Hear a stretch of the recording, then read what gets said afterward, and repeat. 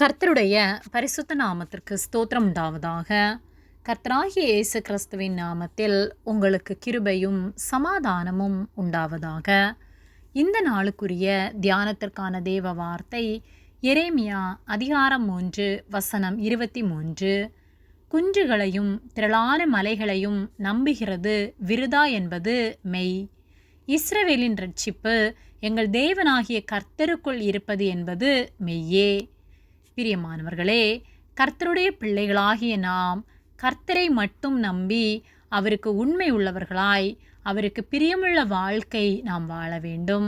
எரேமியா 3:23 குன்றுகளையும் திரளான மலைகளையும் நம்புகிறது விருதா என்பது மெய். இஸ்ரவேலின் இரட்சிப்பு எங்கள் தேவனாகிய கர்த்தருக்குள் இருப்பது என்பது மெய்யே என்று சொல்லப்பட்டுள்ளது.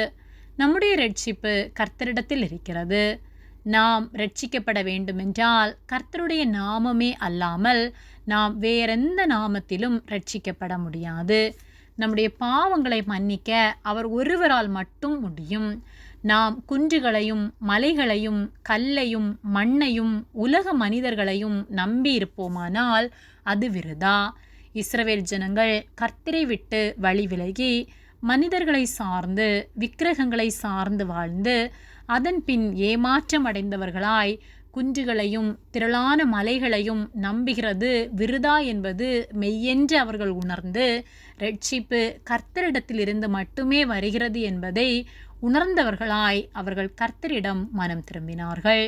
நம்முடைய வாழ்க்கையிலும் நாம் உலக மனிதர்களை அல்லது உலகத்திலே காணப்படுகிற ஏதோ ஒன்றை, விக்கிரகங்களை, கல்லை, மண்ணை இப்படி எதையாவது நம்பிக்கொண்டிருப்போமானால் நிச்சயமாக அதிலிருந்து நமக்கு எந்த மாற்றமும் உண்டாக போவதில்லை.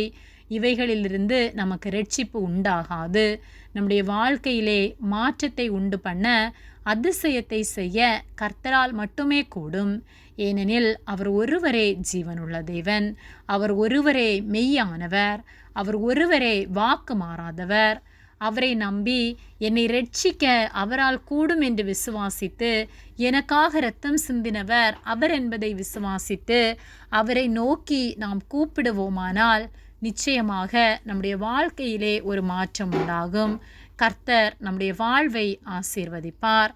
ஆகவே கர்த்தரை பற்றி கொண்டு அவருக்கு பிரியமுள்ள வாழ்க்கை வாழ்வோம். கர்த்தர் நம்முடைய வாழ்வை ஆசீர்வதித்து நித்தியமாய் அவரோடு வாழ நமக்கு உதவி செய்வார். ஆமேன். ஜெபம். எங்களை அதிகமாக நேசித்து வழிநடத்தி வருகிற எங்கள் அன்பின் பரிசுத்த பிதாவே, இந்த நாளையும் நாங்கள் காணும்படியாக நீர் எங்களுக்கு ஜீவனை தந்து தயவு பாராட்டி எங்களை பாதுகாத்து பராமரிக்கிற உம்முடைய அன்பிற்காக நாங்கள் உமக்கு நன்றி செலுத்துகின்றோம்.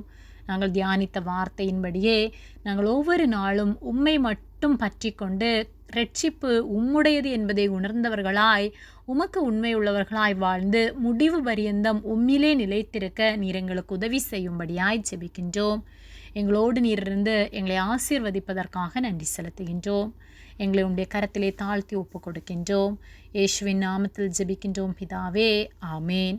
கர்த்தர் உங்களை ஆசீர்வதிப்பாராக.